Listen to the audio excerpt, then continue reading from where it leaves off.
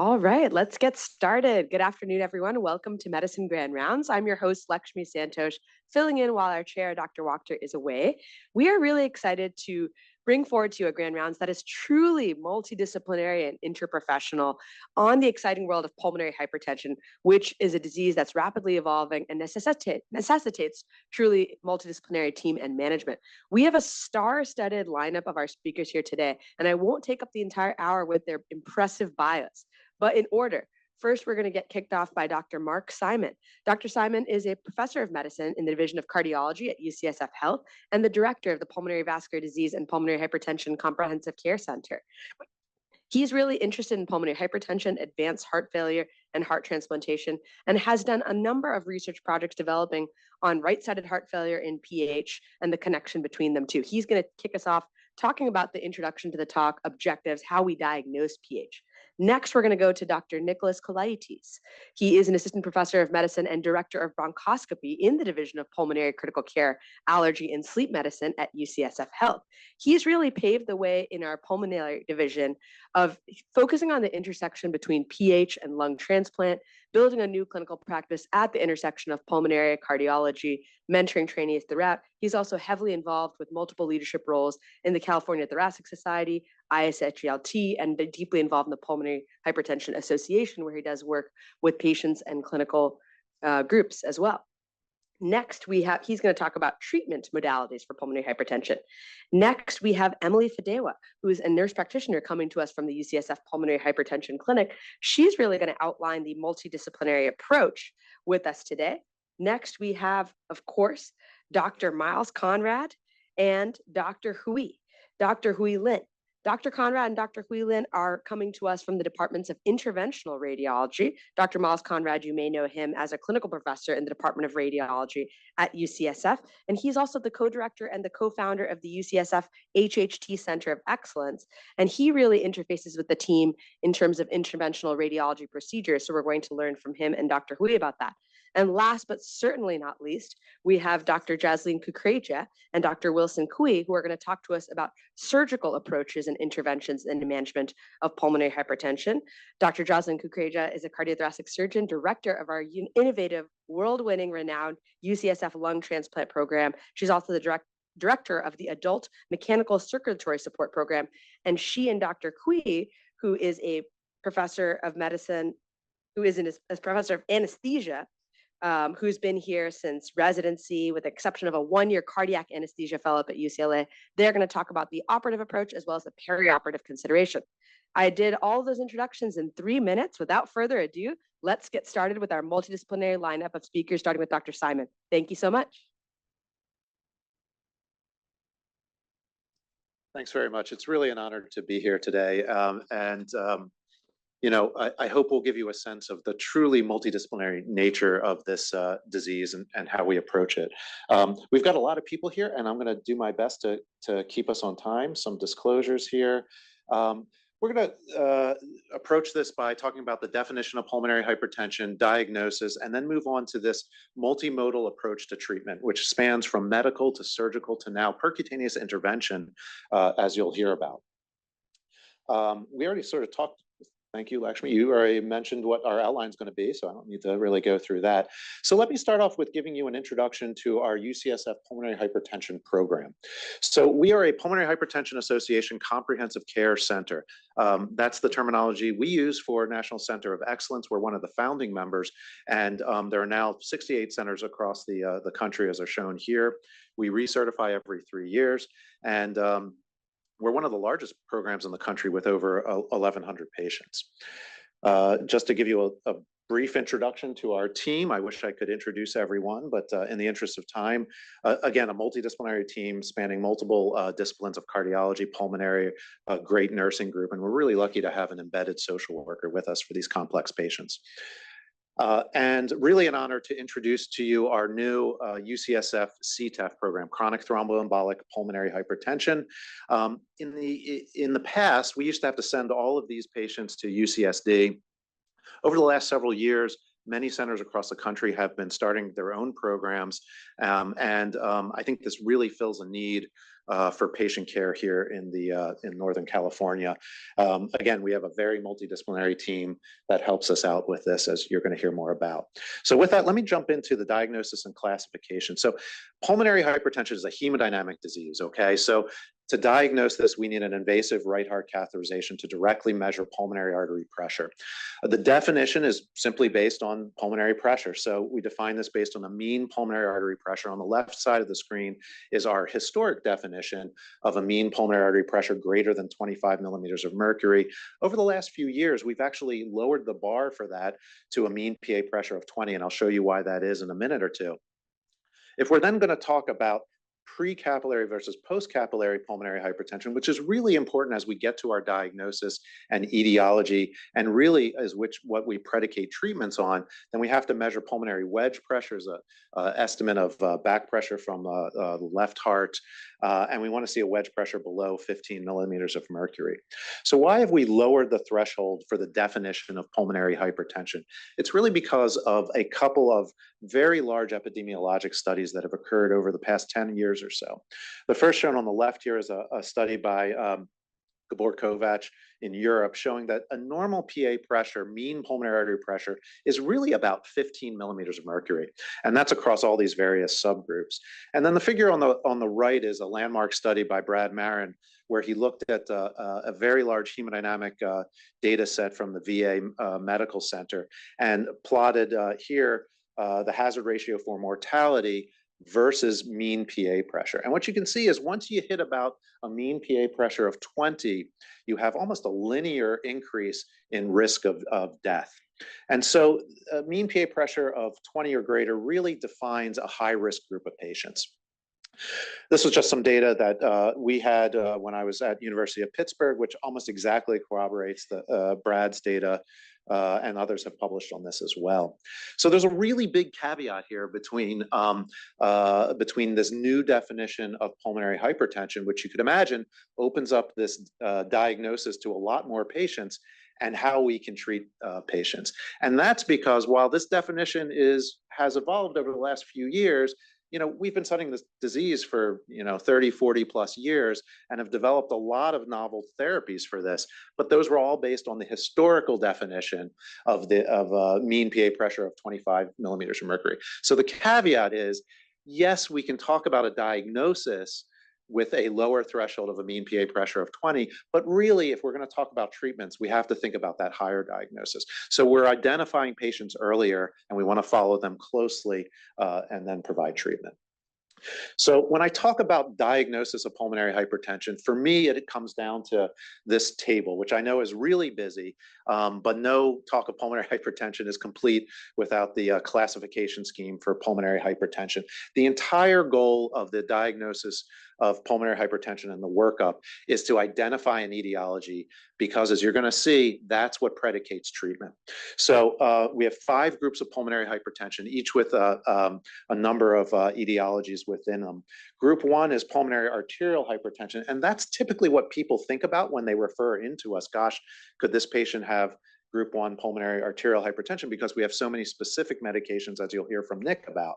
That's idiopathic, heritable, new genes are being discovered every year, drug and toxin associated, and then some systemic diseases that are associated with pulmonary hypertension, most notably systemic sclerosis, connective tissue disease, but also HIV, liver disease, and congenital heart disease. This is a pretty rare disease, actually. The most common is Group 2 pulmonary hypertension, or pulmonary hypertension associated with left heart disease. This is that post-capillary pulmonary hypertension. And what I would draw your attention to really is heart failure with preserved ejection fraction, which is the largest and most common patient in this group. And we now have specific treatments for that with SGLT2 inhibitors. The next most common group of pulmonary hypertension is Group 3, pulmonary hypertension associated with lung disease. And more definition with this has been coming out over the years as well. And then we have group 4 pulmonary hypertension, which is where thromboembolic disease fits in. And you're going to hear a lot about that today from this great group of people that we have assembled in our new CTEPH program. And then finally, group 5 is a miscellaneous cohort now called multifactorial mechanisms. Just a quick word about drugs and toxins. There's a number that have been proven and then a few that are possible in terms of causes of pulmonary arterial hypertension. The one I would draw your attention to is methamphetamine. This by far is the most common drug and toxin cause of pulmonary arterial hypertension, and actually is about probably close to 50% of our group 1 PAH patients here in the Bay Area. It's a big problem on the West Coast. So the epidemiology, pulmonary hypertension in general, all those different forms, is pretty common, maybe a global prevalence of about 1%. But if you're talking about group 1 pulmonary arterial hypertension, where we're thinking about our very specific meds, again, as you'll hear from Nick, pretty rare, maybe 3.7 cases per 100,000. By far the most common are group 2 heart failure and group 3 lung disease patients, which may represent up to 90+% of all patients with pulmonary hypertension. And that's because about 1 to 10% of patients with those diseases have significant pulmonary vascular disease involvement. And so with my last minute or two, hopefully I didn't run too much over and save time for everyone else. This is kind of the diagnostic algorithm that we go through to then bin patients into that category, which then determines treatment. And really, this starts with a high degree of suspicion, right? Patients present very non-specifically, dyspnea, fatigue. And so high degree of suspicion with the H&P. And then we'll think about doing some very simple tests, chest x-ray, labs, including a BNP can be very helpful. But from there, we really want to do what I consider to be the screening test for pulmonary hypertension, which is the echocardiogram. And that's really where patients get referred into the pulmonary hypertension program most frequently. Oh, I had an echocardiogram with an estimated pulmonary arterial pressure of 45 or 50 or more. Some other tests that you can think about at that earlier stage would be a CT scan or PFTs to assess for lung function, but we'll do that in the Pulmonary Hypertension Center as well to evaluate. All patients, we want to get a VQ scan to evaluate for subtle chronic thromboembolic disease because we have completely different novel therapies that are available for us for that group of patients, that group 4 pulmonary hypertension patients. But what you see here at the bottom of the screen is where all roads lead, and that's to the invasive right heart catheterization to really diagnose pulmonary hypertension and let us know if it's pre-capillary, post-capillary, and move on from there. So I'm sort of ending up with what I started with, right heart catheterization. And I will relinquish the mic from here. And well, we've already introduced Nick. All yours. All right, so I'll be talking about the treatment approach to pulmonary hypertension. And when we talk about treatment, as Mark pointed out, there are 5 different diagnostic groups. And it's important to understand these groups because the treatment differs depending on which group we have. If a patient has group 1 pulmonary arterial hypertension, we'll first talk about that group because there's multiple treatment options here. Historically, we've treated group 1 pulmonary hypertension with vasodilator medicines. And there's 3 distinct pathways that we have to treat in terms of these vasodilators. There's the prostacyclin pathway, which is in blue, and we're trying to get more cyclic AMP. To do this, we can use prostacyclin derivatives, which are IV, inhaled, or oral, or a subcutaneous infusion. We can also use a small molecule receptor agonist, which is an oral medicine in this pathway. The other vasodilatory pathway that we have is the nitric oxide pathway, which is in orange. And we're trying to make more cyclic GMP, which leads to vasodilation. And so we can do this by inhibiting the degradation of cyclic GMP with the PDE5 inhibitors, sildenafil or tadalafil. We can also go upstream and stimulate them with riociguat, which is a soluble guanylate cyclase stimulator. And then the endothelin pathway is a vasoconstricting pathway. That's in the purple here. And we can block this pathway with endothelin receptor antagonists. We have selective endothelin receptor antagonists as well as non-selective endothelin receptor antagonists. And so these are the vasodilator medicines we have to treat pulmonary hypertension. And how do we choose which ones are the right ones to use for which patient? So As Mark pointed out, the 7th World Symposium on Pulmonary Hypertension happened earlier this year, and this is the treatment algorithm that was put forth by the 7th World Symposium. The recommendation is that you do a risk assessment. We have various risk tools in pulmonary hypertension, and if a patient is not high risk, they're put on 2 drugs. And these 2 drugs are an endothelin receptor antagonist, as well as a PDE5 inhibitor in these 2 purple circles. So why is it that we're choosing these 2 medicines? Well, it's the trial that we have data from. So in 2015, there was a pivotal trial in pulmonary hypertension, which compared patients on monotherapy to those with upfront combination therapy with tadalafil, which is a PDE5 inhibitor, and ambrisentan, which is an endothelin receptor antagonist. And you can see in time to clinical worsening, these patients did better. So that's why patients that are not high risk are put on 2-drug therapy. Well, what happens if a patient is high risk? The recommendation here is that in addition to the PDE5 inhibitor and in addition to the endothelin receptor antagonist, they're put on either an IV or subcutaneous continuous infusion of prostacyclin. So we're adding on one of these, specifically the continuous infusion version of this. And the reason is that this is our most effective medicine and the only medicines that were shown to have a mortality benefit in patients with pulmonary arterial hypertension. So that is what we had up until 2024. And it's a really exciting time in the treatment of pulmonary arterial hypertension because we now have a 4th pathway, and this is the activin signaling pathway. So in patients that have pulmonary arterial hypertension, you have the activin pathway that's upregulated. This is a pro-proliferative pathway. It also inhibits the BMPR2 pathway, which is anti-proliferative. There's a new molecule called sotatercept, which is a ligand trap for the activin receptor agonist.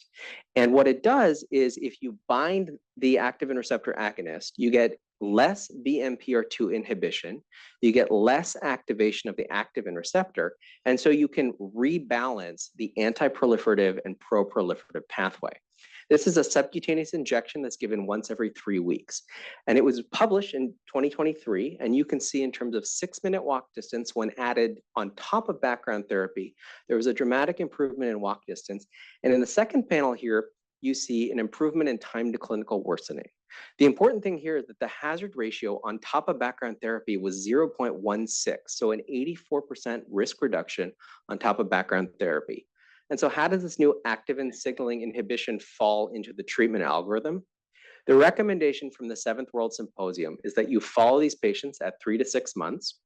And then if they're not meeting their goals, you could add on more therapy. If they're intermediate low risk or intermediate high risk, you could add on the activin signaling inhibitor or switch to one of the other oral agents that are in the prostacyclin pathway. If they're high risk, you really want to optimize them and refer them for transplant, which we'll hear about later today. All right, what about patients with group 2 pulmonary hypertension? Well, the short answer here is that we don't treat it. The reason we don't treat it is that multiple trials of vasodilators have been done and they don't work and they can cause harm. So typically we don't treat group 2 PH, we treat the underlying heart disease. I would say the same thing for group 3 PH up until recently. And the reason is that we now have a positive trial in the treatment of one type of lung disease-related pulmonary hypertension. And I say one type because not all lung diseases are the same. Typically, pulmonary hypertension can be caused by either interstitial lung disease or chronic obstructive pulmonary disease. There's many other types of parenchymal lung diseases, but these are the 2 most common forms of parenchymal lung disease that lead to pulmonary hypertension. In patients with interstitial lung disease and pulmonary hypertension from interstitial lung disease, we actually have one medicine that's been approved by the FDA. So this is inhaled treprostinil. This is a 4 times a day inhalational therapy. And the idea is that if you inhale it, you preferentially deliver it to better parts of lungs and vasodilate those better parts of lungs.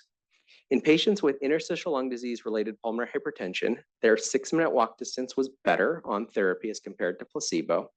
In addition, there was an improvement in time to clinical worsening. So inhaled treprostinil and inhaled prostacyclin is effective in ILD-PH. What about patients with COPD? So COPD is a different disease altogether. Interestingly, the same medicine was studied in patients with COPD-related pulmonary hypertension.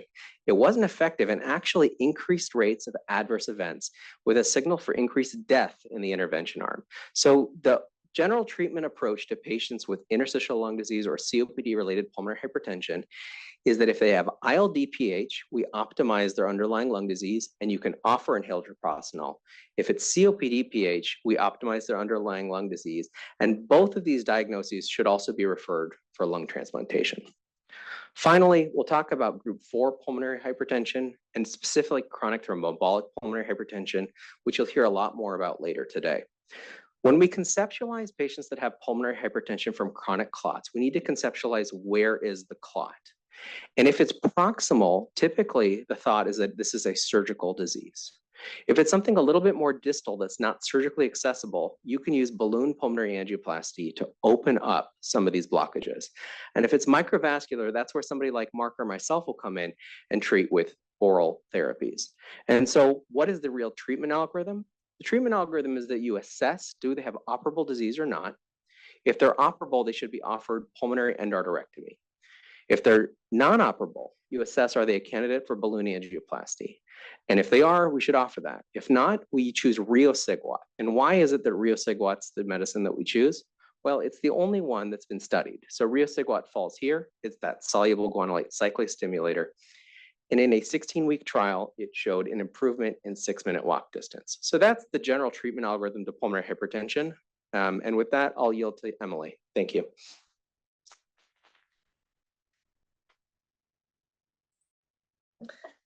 All right, thank you. So as mentioned, we have a very large accredited pulmonary hypertension program here at UCSF. We treat over 1,000 patients with pulmonary hypertension of diverse etiologies across all 5 WHO groups. Excuse me, our patients tend to be quite sick, acquire frequent touch points with our clinic. We have a high volume of methamphetamine-associated pulmonary hypertension patients, which introduce sort of a unique psychosocial excuse me, set of needs that we rely very heavily on our social worker to address. The medications we prescribe are all dispensed by specialty pharmacies. These medications require high levels of coordination and frequent support for medication titration that our nurse really owns. And then on the physician level, as mentioned, we have a lot of collaboration between our pulmonologists, cardiologists, and then for CTEPH, our cardiothoracic surgeon and interventional radiologist. So this is, again, just to highlight that we really value a multidisciplinary approach to provide comprehensive and timely treatment of this chronic, progressive, and very high-risk disease. So I am going to highlight a specific multidisciplinary approach that our program uses to select patients for parenteral prostacyclin therapy. So this slide, you saw a similar slide earlier. These are the 3 pathways for pulmonary vasodilator therapy. On your right is the prostacyclin pathway, where we have oral, inhaled, and infusion-based options. The infusion-based options are we have for patients who are intermediate and high risk.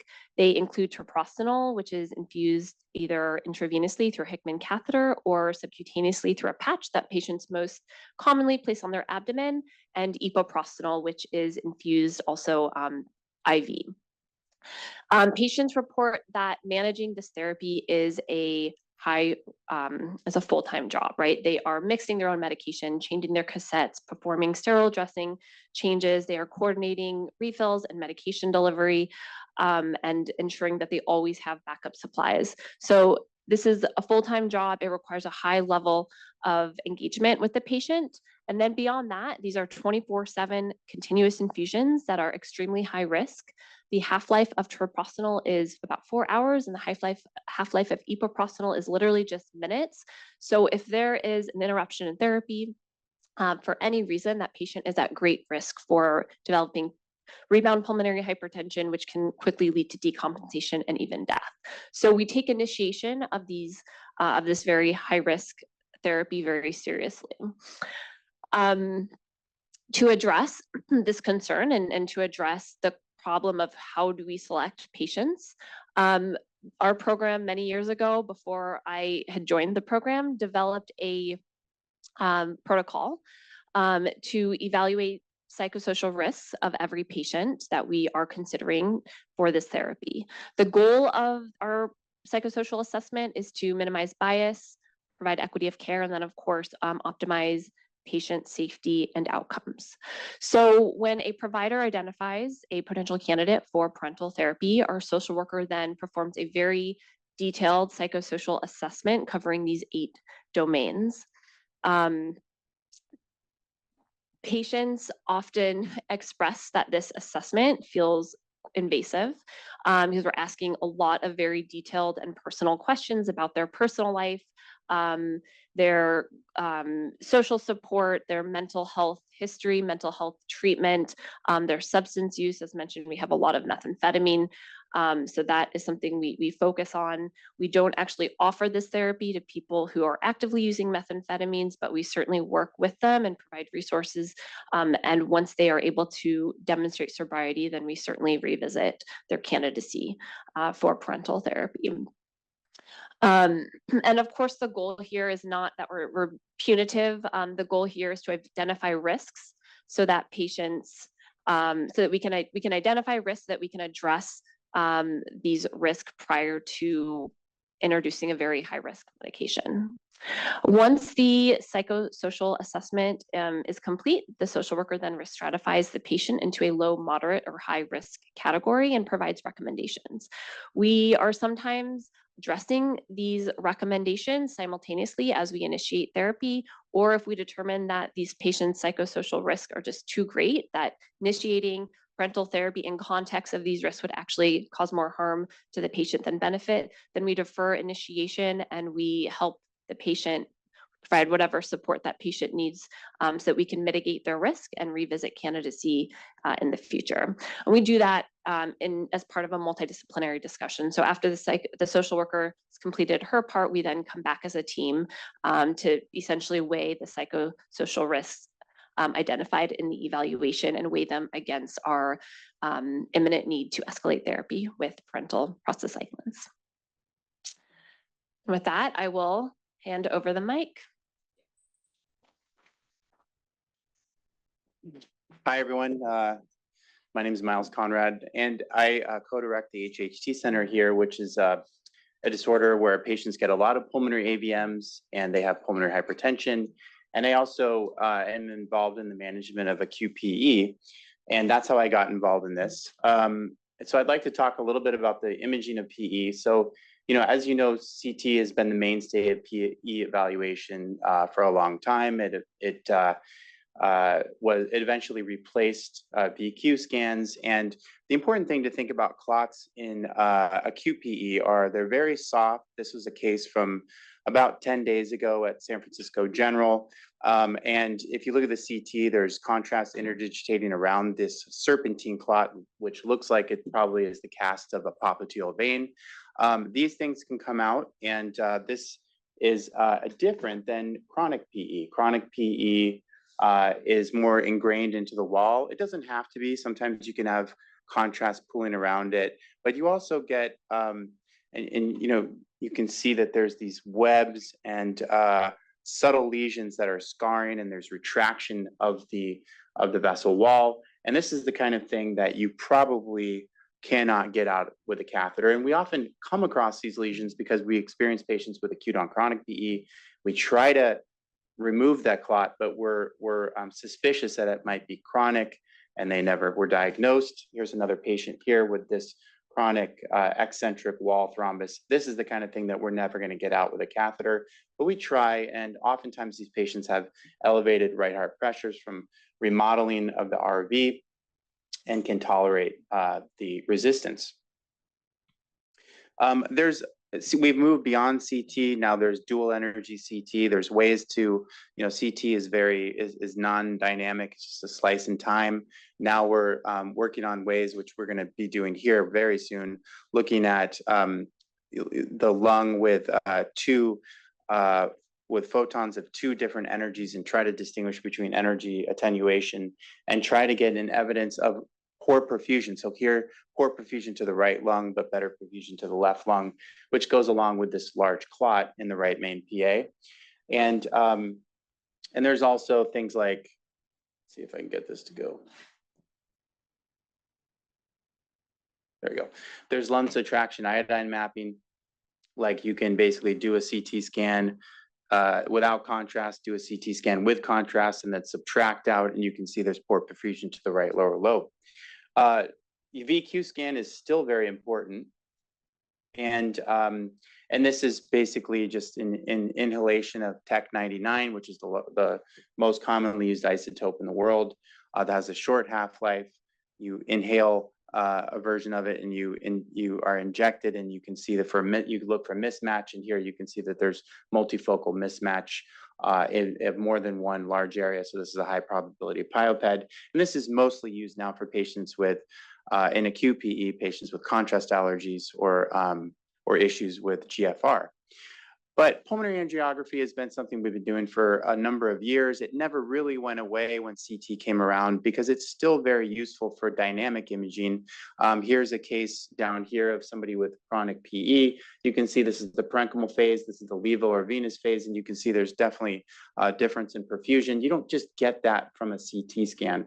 And there's several reasons to do a diagnostic pulmonary angiogram, certainly in the area of pulmonary AVMs. I do that all the time.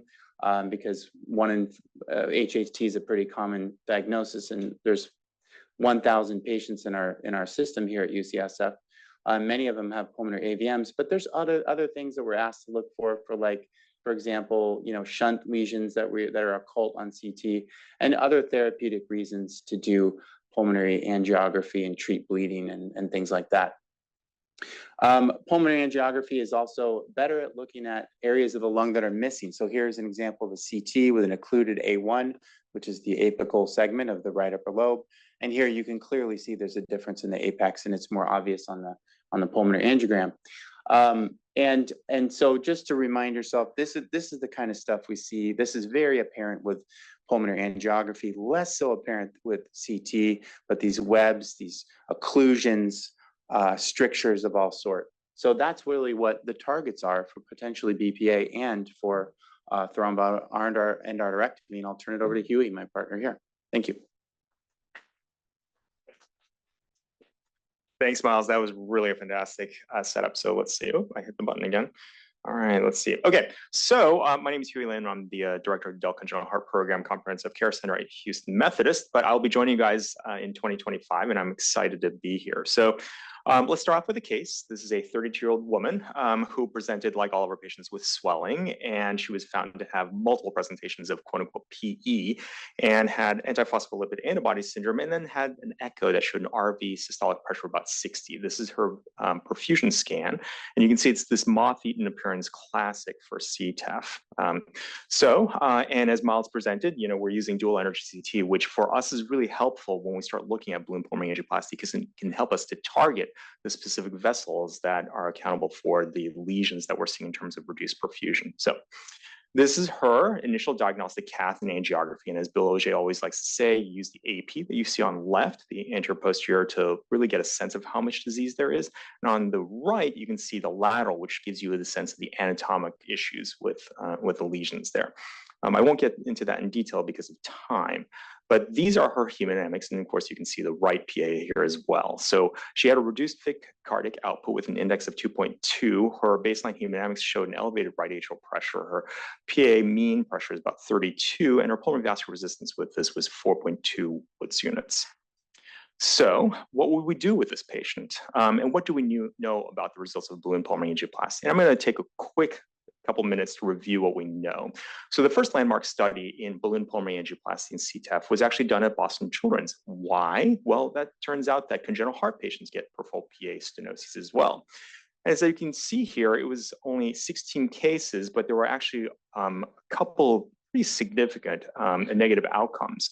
But they were able to really substantially reduce the pulmonary vascular resistance and the mean PA pressure. So this showed that we could actually accomplish a change with balloon pulmonary angioplasty.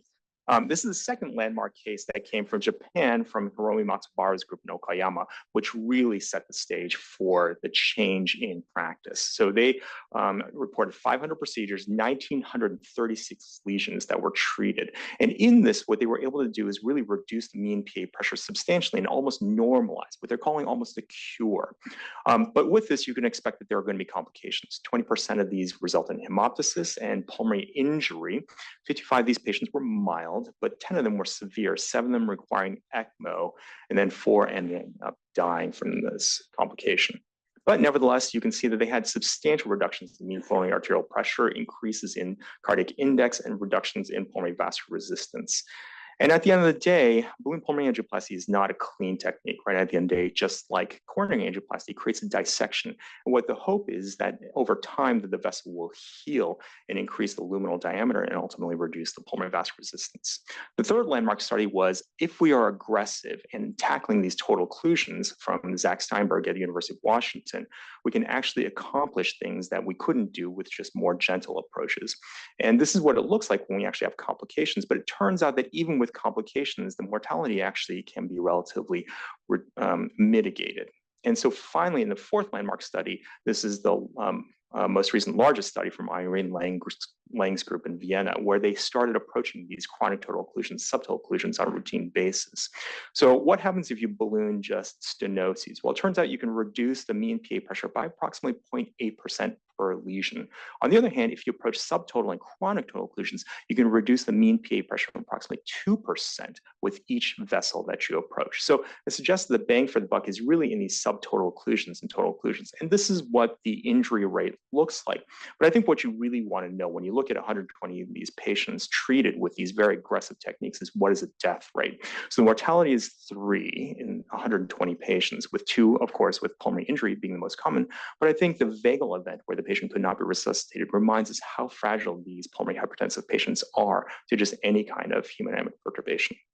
So BPA ultimately can be moderate to high risk, and that risk can be mitigated, but very high reward in these selected patients. So going back to our original case, what you're seeing here is just quickly reviewing all the different balloon pulmonary angioplasty sessions that we did over several months. And you can see in yellow that we had substantial improvement in her cardiac output, a reduction in her mean PA pressure, and 1/3 of pulmonary vascular resistance when we're finished. So encouraged by the CTO data that I just showed you, we took her back last week.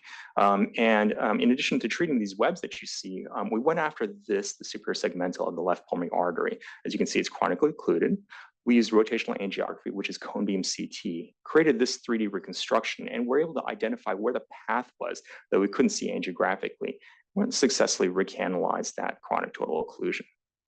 So in summary, what I hope I've been able to show you in this brief moment is that with the anatomy and approach to chronic total occlusions, we can improve the hemodynamics pretty substantially in these patients. But there is going to be a risk of complications. Ultimately, though, if we take these on meticulously, we can improve their hemodynamics substantially, improve their quality of life. And I want to acknowledge our mentors that have led us to ultimately this, which is the first balloon pulmonary angioplasty cases that were successfully performed here last week, led by Dr. Miles Conrad, Dr. Pete Locken, and Dr. Christian Soni. And with that, I'll pass it on to our next speaker.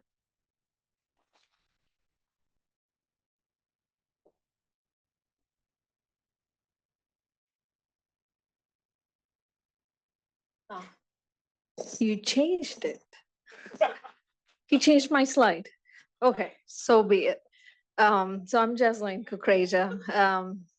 When Nick presented the low risk, high risk from WHO 7th symposium, and he mentioned the high risk, that's what Wilson and I get to see.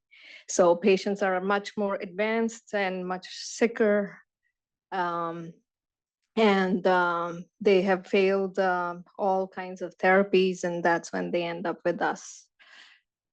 Okay, so I think some of you may have seen this patient in the hospital a couple of years ago, 42-year-old with group 1 who'd been in and out of the hospital. And at the last admission, he had echocardiogram that looked like this with RV dilated, etc.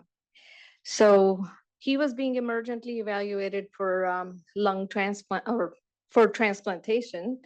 And as part of the evaluation, he had COVID vaccination shot number 2. And following that, he developed cardiogenic shock. In fact, he also had gotten sick after the first COVID vaccination, but somehow we persisted in giving it to him. So he developed perfusion and hepatic congestion. And this multidisciplinary group alongside with the CT surgery, decided that we would recommend for this young gentleman who had remote history of drug abuse a chance at survival. So we put him on awake bedside femoral VA ECMO as a bridge to transplantation. So bridge to transplantation, my heart failure colleagues here at UCSF have taught me over and over again that there's not a single RV that would not recover following just lung transplantation. Heart transplantation and is reserved for other indications really, unless you're at Stanford, and single lung transplant should really not be performed. So getting them to transplant is not sufficient. Obviously, there are a lot of intraoperative issues. Induction is by far the most risky time for those patients unless they are on ECMO. And this gentleman indeed did end up with a double lung transplant only, despite what his RV looked like.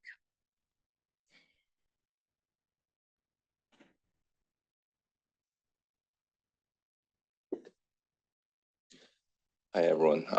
I'm Wilson. So every lung transplant is unique and complex, and the anesthesiologist only have a few hours at most to assess the patient. Luckily, a lot of the hard work has been done by the multidisciplinary team. Nonetheless, whenever a patient show up who has pulmonary hypertension, an alarm bell always goes off in my head. So as Justin said, general anesthesia is high risk for these patients. The first hurdle is the intubation. There's always chance of losing the airway, and even a short period of apnea could be catastrophic for these patients. And once they're intubated, positive pressure ventilation could change their intrathoracic pressure and increase their shunt fraction and worsening their VQ mismatch. They could get hypotensive for a number of reasons I listed. And acute pulmonary hypertension crisis could cause right heart failure and further reduce their cardiac output. So to prepare for those, we usually have emergency airway equipment in the room. We support their hemodynamics with pressors and inotropes. We can further support the RV with inhaled nitric oxide. And luckily, I always have ECMO ready to go with the surgeon in the room. So a lot of things can happen in the operating room. We place invasive lines to help us monitor our hemodynamics. Interestingly, here at UCSF, we don't place PA catheters for any of our lung transplant patients, regardless how bad their pulmonary hypertension is. We use TEE to estimate PA pressures, monitor RV function, help guide surgical cannulation of the ECMO cannulas, and monitor for complications from the surgery. Ventilating these patients obviously is a challenge.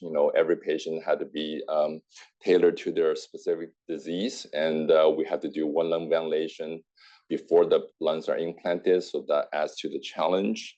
Post-implant, these lungs are, have poor compliance, so we had to use low tidal volume, low FiO2 strategies. Other things the team have to do is manage their anticoagulation, on ECMO, correct their coagulopathy afterwards, and transfusion, and our patient gets multimodal analgesia, and also include intercostal nerve ablations by the surgeon, and some of the patients gets an epidural.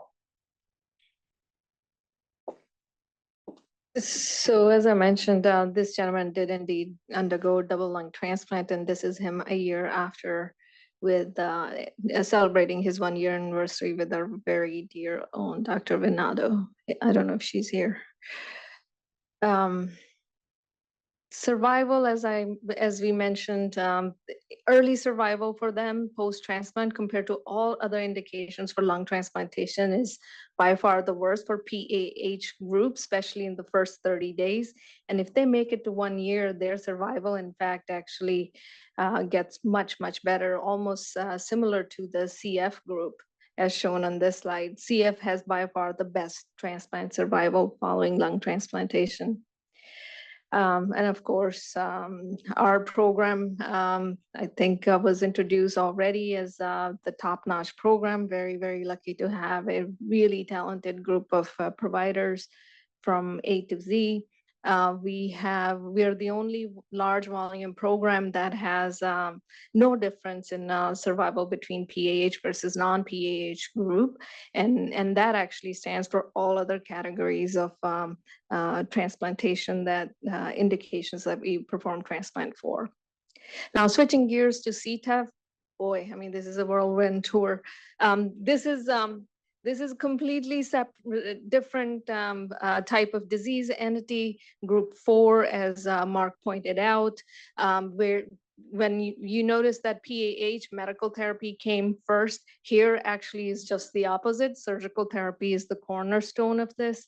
And very few procedures performed overall and in very few centers. And as Mark and Nick pointed out, more and more centers in the US are starting to take interest in this, and including ours. Surgery is quite complex, but very, very cool. And most patients do improve following surgery. And this is the outcome. This is the reason why surgery is the first line of therapy. Surgical interventions have much better survival outcomes compared to non-operated patients. And as Nick pointed out, this does require a truly multidisciplinary approach of providers, as you see here. And not all disease is amenable to surgery. Only the proximal disease, at least in the beginning of our experience, is what we entertain to have a PTE performed for. And now with Miles and Huey, they had their first successful, actually 2 BPA cases for the distal disease. So really full complement of services provided now. Surgery, as I mentioned, is really cool. We do median sternotomy, and we actually do hypothermic circulatory arrest, which basically means that you completely stop the blood flow in the body. So patients essentially, for all intents and purposes, dead, and then you restart it. The maximum time you can do it for is 15 to 20 minutes at a time, and we do it several times to remove all of the clot. Most of these surgeries are performed with the cardiopulmonary bypass. There's some changes to the slide, so I'm sorry I did not look at them. You can do it. No, I would like you to see do the it. camera? Right. I'm sorry I didn't get to see the slides. No, it's okay. So unlike the lung transplants, the PTEs has to be done on cardiopulmonary bypass. So this is just a comparison between the size of the ECMO machine and the size of the bypass machine. So it's a lot bigger and could do a lot more. So Jocelyn's already mentioned that the bypass, therefore the circulation had to be stopped during the procedure in order to provide a bloodless field for the surgeon to see what exactly they are doing. And understatement of the day, organs like the brain really hates it. So ischemic changes occurs within 5 minutes with normothermia. However, people, if we cool these patients down to 18 degrees or 20 degrees and you cause isoelectricity on EEG monitors, you can extend that safety window to about 30 minutes. So as Jocelyn said, the surgery could be long and complex. The first one that we did, took over 4 hours of bypass time, cross clamp. Therefore, the heart would stop beating for over an hour and a half, and we did almost an hour of circ arrest. And I assume patient did well. So it takes a whole team to do this. So this is our first case of PTE that was performed last year at UCSF, and this is the gentleman's CT scan. So we primarily focused on, as I mentioned, proximal disease, and on the right-hand side, you see all the crud that we took out with hypothermic periods of hypothermic circulatory arrest. We still have 2 minutes. This patient did great. As you can see on the left, that PTE echo showed severely dilated RV and reduced function and PA pressures of 83, and post PTE a year later, the RV was still increased, but only borderline, and our RA size had normalized, and PA pressure was now 28, and he's doing terrific. And this is him on the left on his first post-operative visit with us. And this is the UCSF team on the left that, I'm sorry, that was on the right. On the left is the UCSF team that went to another institution to get the training for this. So I'm really, really proud of this team, of what they've accomplished in 2.5 years in the making. And not only are they intellectual, dedicated, but look at them, they're so freaking handsome. So how could you not be part of this team, right? So I'm very, very happy and very thankful to everyone for their dedication. Thank you.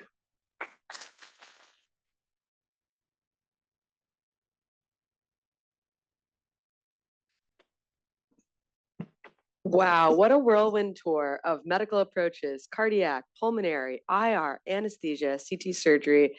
Let's give a round of applause to all of our 7 speakers. Got to be a record for Medicine Grand Rounds. And we have some questions from the over 100 listeners watching. So I'll direct our questions to the pertinent speaker, who can then come up to the microphone to answer.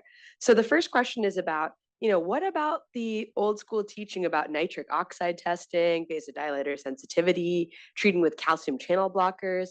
You didn't mention that. How do we approach that these days, and how do you think about that? That's probably Dr. Simon. You can come up here. Yeah. So that's a great question, and something we could not fit into the talk on this worldwide tour. So yeah, we absolutely do vasodilator testing for all patients, particularly with their diagnostic first right heart catheterization. We prefer here to use inhaled nitric oxide, and that's sort of the recommended vasodilator. The advantage of vasodilation is kind of twofold. One is that it has prognostic value. So patients who are vasodilator responsive have better outcomes. The second is it potentially identifies patients that could be calcium channel blocker responders. And as you appropriately pointed out, we didn't really talk too much about calcium channel blockers here with the advent of so many other medications. They're not really used too often. Part of that is because it's pretty darn rare to have a true pulmonary vasodilator response. You have to drop the mean PA pressure by at least 10 millimeters of mercury to an absolute value below 40, with a stable or increased cardiac output. So it's a very, very specific definition of vasodilator response in the cath lab. So it's pretty darn rare. Can it be used if you find that unique rare patient? It can, but it requires pushing the calcium channel blockers up to high doses, retesting them very frequently to then maintain. Every center always has a few of these patients around, but it is pretty darn rare these days to really find those patients. And we have so many other great medical therapies as well. But if you do find that unique patient that's really like that, it's worth thinking about at least, but it's that follow-up that's really important for them. Thanks so much, Dr. Simon. The next question is about what is colloquially known as the group 7 or 8 pH patients, when you have a combination of the groups impacted. How do you think about management and therapeutics in those patients where they have multiple drivers? How do you approach selecting drugs or drug combinations in those settings when there haven't been studies on these patients with mixed pH? Probably for Dr. Kolaitis. Yeah, so I haven't heard group 7 or 8, but I've heard it been called dirty pH, where it's not really a clean. And actually, most patients that we see kind of fall in between the categories. I think the biggest concern that you would have with treating is a couple of things. So one is in the patients that have an elevated wedge pressure, you worry about treating with pulmonary vasodilators, dropping the mean pulmonary pressure, and then they're not able to compensate with their heart. And so then they can get pulmonary edema because the left heart can't deal with the increased filling pressure. So in those patients, we tend to be a little bit more cautious in starting therapy. The 2022 European guidelines went so far as to say that any patient with a cardiopulmonary comorbidity should be put on monotherapy. This was then taken out from the 7th World Symposium guidelines, but there is sort of that concern that patients with an elevated wedge or occult left heart disease might need to be a little bit more cautious in the therapy. The other group in particular that I think is challenging is patients that have interstitial lung disease with pulmonary hypertension. And so I tend to see a lot of that being the one of the 2 pulmonologists that do PH at UCSF. And so in those patients in particular, if they've got connective tissue disease, it's really challenging because connective tissue disease can cause a group 1 phenotype, it can cause ILD, it can cause, the mix of the 2 together. And so in those patients, we're looking at the PVR, is it at a proportion to the lung disease? And there's no way that you can sort of look at it and say, this is, the patient that's out of proportion, this is not. It's just more of a gestalt that you do over time. The more time you see these patients, the more you see, are they more group 1 or more group 3? If I have a patient that presents to me with severe pulmonary hypertension in the context of ILD, what I'll typically do with them is first put them on inhaled treprostinil because that's the drug of choice in patients with ILD-PH. And then I might add on a second agent with the PDE5 inhibitor because that's at least shown to be safe in ILD-PH. The endothelin receptor antagonists can cause harm. And so knowing which medicines can cause harm and tailoring your treatment based on that is kind of the way we would approach it. Thank you. The next question is maybe for Emily, thinking about how do you approach in the multidisciplinary clinic, thinking about methamphetamine use cessation in patients with meth-associated group 1 PH? You talked about that in selection. How do you kind of partner with the patients about cessation? Yeah, so this is a very challenging thing that we deal with a lot. We all know that methamphetamine addiction, we really lack treatment, appropriate treatment. We really lack resources in the community. So we do our best. Our social worker will refer patients to resources if they exist in that patient's community. Otherwise, we just establish very close relationships with these patients. We have ongoing dialogue. We have frequent check-ins and just continue the conversation. And of course, like continuing to reinforce that their methamphetamine use is furthering their disease. But it's challenging because they have pulmonary hypertension. They don't feel well, they're tired. Methamphetamine gives them energy. So it's this very vicious cycle and yeah, very challenging to break. Thank you. And then the last 2 questions are for Dr. Kukreja. One is, can you elaborate? This is from Dr. Goldschlager from cardiology. One is, can you elaborate on this, the surgical, the vagal nerve, vagal death? What is the mechanism? How do you think about the profound ischemic insult that you're receiving in the OR? And the second is, I'm sure multiple listeners are wondering, what's the deal with the COVID vaccine and that patient decompensating so quickly?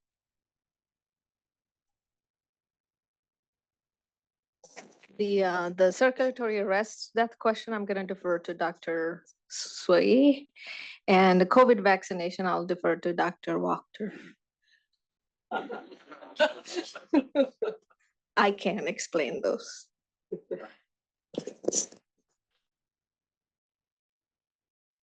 So certainly, for patients with pulmonary hypertension, our main concern is, causing acute right heart failure.